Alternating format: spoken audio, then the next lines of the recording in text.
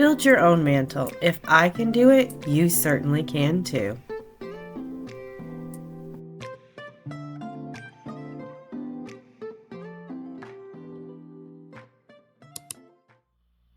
Since we're all about the transformation here at the Wooden Butterfly, this week we're transforming the mantle. So last week we covered how I transformed the built-ins on either side. We made them more symmetrical. We flooded everything with color, added some wood, and painted some tile. And I mean, there was a lot. Put up some molding. Now this week we're building out this mantle. And we used just regular old lumber from your lumber yard and a few pieces of molding. Stick around because you'll want to see how I got these beautiful details right here. You won't believe where these came from. So let's get started. First, you're going to measure from the top of where you want the mantle to sit and to the floor. Now, I had two measurements. I had to measure to the floor as well as to the hearth of that existing fireplace surround. I wasn't going to remove all of that tile and make just a ginormous mess. So I am using 1x8 pieces of stock lumber, and I cut them to that height that I had just measured, and then I used a 1x3 and a 1x4. Again, we're trying to create columns on each side of the mantle, and I am going around my existing tile, so that's why it's offset like that, where normally if it was flat against the wall, you would have just used the same size lumber on each side. Then you're going to take your Craig jig and create some pocket holes. I got off that really quickly because what I realized was I was putting it on the wrong side. I needed it on the side pieces and not on the front. Then you'll just take some pocket screws and attach each of those sides so that you don't see any of those screws from the front, screws or nail holes. And you'll notice here there is a bit of bow to that lumber. It is a little bit warped. So I took a piece of scrap wood and I just pried those sides out just a little bit, and it straightened the board out really nicely. It is hard to get really straight lumber these days unless you're paying the premium price. Then you're going to take a piece of 1x6 and create a baseboard at the bottom. So you're going to measure that front panel side to side and then make your 45-degree angles going in. This is my first time really doing these angle cuts, and something I noticed was our saw has been used and had a bunch of sawdust on it, and I thought if I just angled it all the way over that it was at 45 degrees, and it's actually 49 degrees, and you wouldn't realize the difference between 45 and 49 degrees is quite severe. So you'll see later some of the mistakes that I made. But then I also got another piece of trim molding that I'm using to kind of create a softer step between that base and the column. If you wanted a more modern look, you could actually do it more blocky. Now here's the surprise. I actually used corbels that I found at Home Goods for $16.99 a piece, and I'm using those as corbels on the front of this mantle so that it has that little bit of old world feel. I am fascinated with the New York apartments or the Parisian apartments with all of that architecture. Marvelous Mrs. Maisel has, I could barely listen to what people were saying because I was just in awe of all of the moldings and details that were in it. Oh my God, that set was just gorgeous. So you're going to use a drill first to pre-drill holes to fasten these on there and then screw them in. Hindsight, I would have waited till someone else could have come and helped me and hold them in place because they aren't exactly straight and exactly in the right spot. Whereas if I had someone holding it, it would be a whole lot easier. But look isn't that gorgeous? I love it. So now you will need something for the mantle to actually fasten to. And I could see the studs that were right there. So I took a 2x2 and then some scrap pieces on top of there. I tried using a 2x4 at first, but it was too high, and then Anyhow, so I just had to kind of piece it together. So you have to kind of use what you can work with. So I'm just fastening those extra pieces right there. Those actually split and I had to recut them and do it differently, but you get the idea. Now you're going to attach the brace that will fasten between the two columns, which again is with pocket holes and pocket hole screws. So there it is. I'm going to spray paint the fireplace itself. But anyhow, I'm going to show you my imperfections because it's not perfect. Like, for example, down here,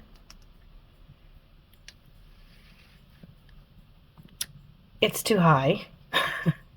And I got to do something to fill in that hole, that gap right there. The other thing is my corners are not really good. The wood was warped, and as I was cutting, it just, I don't know, wasn't working. But we're gonna fill it in. We're gonna work with what I have right now because that 1x6 is not expensive. I can replace it. I need another one anyways because it's warped. So, and then that'll be the top right there. But I think I'm going to shave off about 1.5 inches width-wise because it is just a little bit too wide.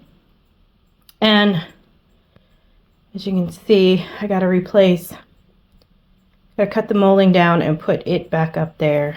So this is the side with the molding, but I got to go get another piece. I didn't get enough. But right now we're going to fill in gaps and holes, and you can see here, my corners aren't great. I made a mistake and I thought the saw was at a 45-degree angle, and guess what? It's not. Anyhow, also, oh goodness, it's been a day, but I live and learn. Like I said, this is step 1 to this entire process, so I'm not overly worried about it, but it's too high.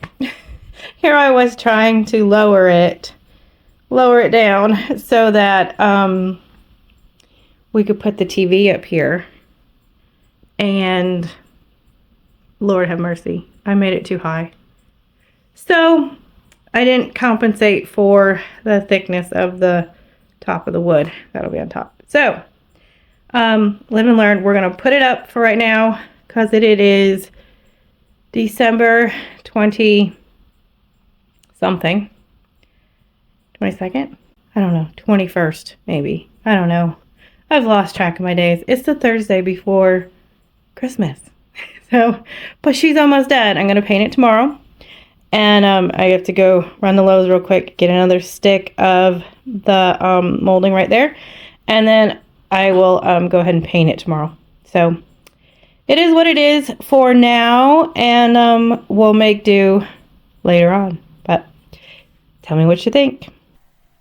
So this is where you will fasten the mantle to those studs. So we put screws through the front at the very top again, so you could fill them in and it'll be very inconspicuous under the mantle top, as well as I drilled holes in the very back of the mantle and attach them to the top that way. So now you will just sand with 150 grit sandpaper, and then I use Dixie Belle's No Pain Gel Stain in the color American Honey. You take a chip brush and apply this on, and then wipe off the excess after with a rag, or I like to use the shop towels, anything you can just dispose of easily. And then as you wipe, you will see all of that beautiful grain coming through. Now this is just a 2x12 stock lumber. One of the most inexpensive pieces we could find.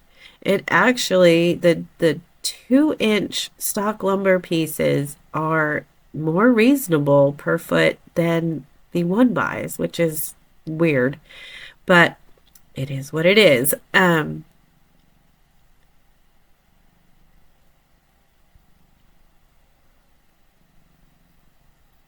See all that beautiful grain coming through? And you saw my cat go exploring. So now we're just going to sand down everywhere that I put that wood filler. And then we're going to paint it. So I'm using the same mixture of silk paint that I use for everything else I'm doing. The corbels, the panels, the molding, everything all in the same color. Everything except the mantle top, which you saw that I just stained. The great part about this silk is that with that built-in sealer, or built-in sealer, yes, but built-in primer, it goes on this raw wood beautifully. And when it was all done, you couldn't tell the difference between the tile, the wood, the wall. It all covered exactly the same. So it all looks very uniform and just a beautiful flood of color. Now, obviously, there were different textures, but the color was all the same. It didn't soak in really deep to the wood and then lay on top of the tile like that. It just covered beautifully. You'll need 2 coats of this paint. I always, always, always recommend, you'll hear me in every video say, always recommend 2 coats, whether it covers well the first time or not, because we're human. We're going to miss a spot, as well as we don't get it even everywhere. You just can't with a brush. It's impossible. But that's okay. It also makes the durability of your paint just a little bit more as well. The other thing to take notice is when you're doing intricate molding like I have, you are going to see spots when it's wet and think it's just a wet spot. You have to wait for it to dry to see if you've missed it or not. So you might gonna have to come back and do a couple of touch-ups, but it's not a lot. You just have to, like I said, you have to wait for it to dry. Whenever you're using this dark color, that's just what happens. The other thing that I learned, you would see in a previous video, I did that credenza and used that very thin molding on the front of the doors. And what I found is that the mitered shears, which I'll link here in the description, work so much better than using the miter saw on this very delicate thin molding. You're also going to take notice that all of those cracks and crevices, you have to really just get that brush in there. I'm using a Dixie Belle's mini angle brush, and which gets into all those nooks, crannies, and angles really well as all those flat surfaces too. Just don't be afraid to use the brush. Like, you're going to use a light touch. You're not going to just, slap it on there. We're not going to use a whole lot of paint, but you're going to need to kind of put it in, swirl it around at all of those nooks and crannies.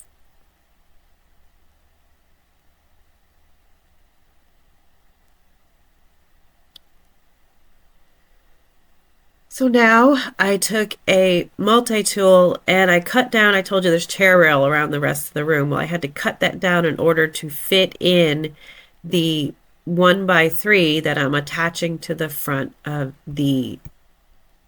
all of that Formica that was there before. I stained it with a Rust-Oleum stain first, but it just wasn't, it was a little too orange and it just wasn't rich enough. So afterwards you'll see I use a different stain on top. But again, I have that chair roll that goes all the way around the room, and since now that the mantle is wider, we had to cut each one of those pieces down.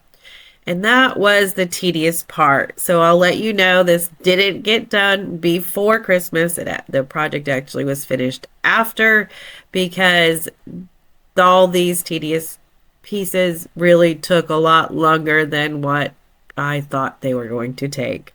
Story of my life. But I learned so much, and my angles got so much better this time around.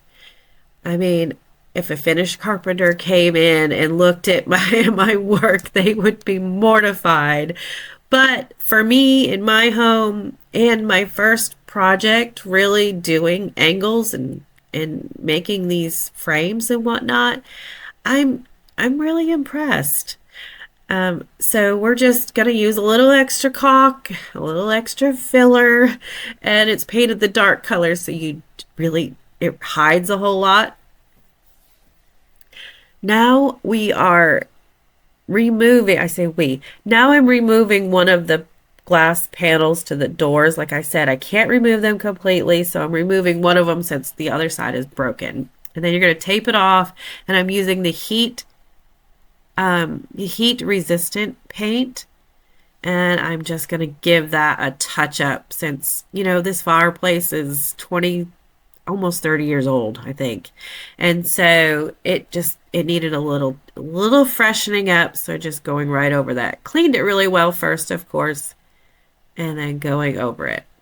So here you see I added some of that American Honey No Pain Gel Stain on the top, and it just deepened it. You really can't see it on the camera because the lights were just too bright, but in person, it just toned it enough to where it blended everything beautifully. Then you'll want to seal all that raw wood. You don't have to seal where the paint is because that has the built-in sealer, but the stain does need to be sealed for cleaning purposes and not getting stains on it and whatnot. I am using Dixie Belle's Gator Hide. It's water repellent, so if I ever have to set anything, if anyone sets a cup on there and doesn't use a coaster, like they have a tendency to do in my home, or a vase on the mantle or something like that, then we have that water repellency. Water is not going to penetrate through and then give you crazy marks on your wood. And I'm using a brush to apply that. The important part with Gator Hide is not overworking it and stirring it really well. Well, that's a wrap, y'all. I am ecstatic about the way that it came out because this color just flooding this wall really it just makes me so happy, and it makes it feel so cozy in here. It's wintertime here in Florida. We still get lots of sunshine, but it is a little chilly in northern Florida, so it just makes it feel so cozy. And if we can get this fireplace working again, oh, it'll be so awesome. So, and then of course, I told you the next step, we're putting that TV up over here. So doing the whole living room around, it's going to be several months till we get it all together. So it's just going to be dribbling out throughout the next few months. But come back next week because we're styling these shelves, we're styling the mantle, and then we're doing a few projects, and we're doing a little bit of thrifting. So it wouldn't be complete without some thrifting, right? I have, we'll be going to do a lot of shopping even from my own home because I've got a lot of things, and a lot of things that I want to put up here, a lot of things that mean a lot to our family. So I hope you've enjoyed this project. Hope you've learned a little bit of something. I know I learned a whole lot, and I learned that patience is amazing. I learned that taking a project on before Christmas is not the best idea. As well as I learned, so many different tools that I had never used before. So now I feel a little more confident to take on the next project. So come back next week, hit that subscribe button so you know when the next video posts, and I will see you next week. Happy painting!